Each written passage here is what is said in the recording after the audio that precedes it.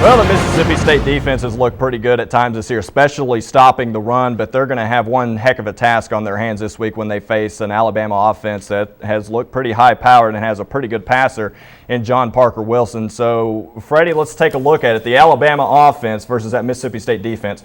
What does John Parker Wilson need to do leading that offense to get some points on the board? Well, the first thing that John Parker is going to have to do is get the offensive line to win at the line of scrimmage. Alabama's going to have to really overpower a Mississippi State defense that is playing with a swagger.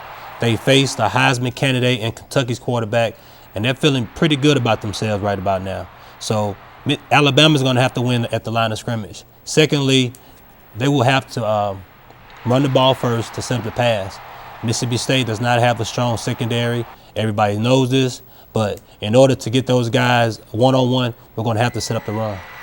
All right, and Matt, Freddie touched on it a little bit, MSU's ability to stop Andre Woodson a couple of weeks ago.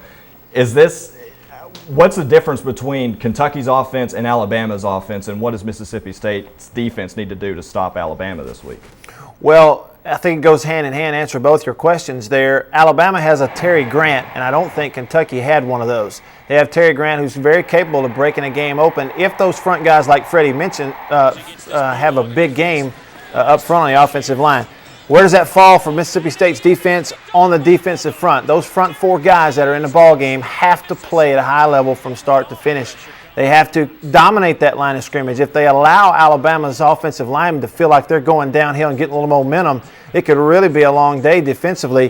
When you throw in there the fact that they do have a DJ Hall and some playmakers in that passing game, just like Freddie said. So where does the next key, defensive front, the next key is Marcus Washington. He is the corner that these teams in the SEC have found a way to kind of pick on a little bit. They're not throwing to Anthony Johnson, number 11 on the other side. They're going at Marcus Washington.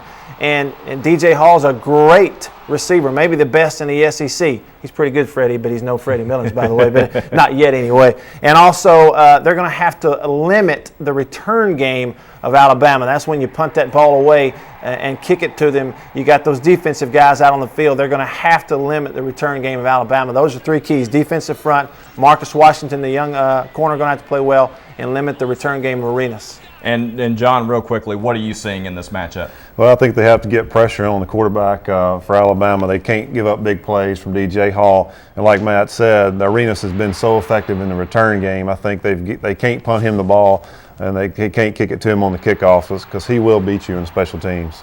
All right, coming up next on the End Zone 2 presented by OCH Sports Medicine Services. We've been talking about it for weeks. We have a couple of special guests. We'll show you who they are when we come back.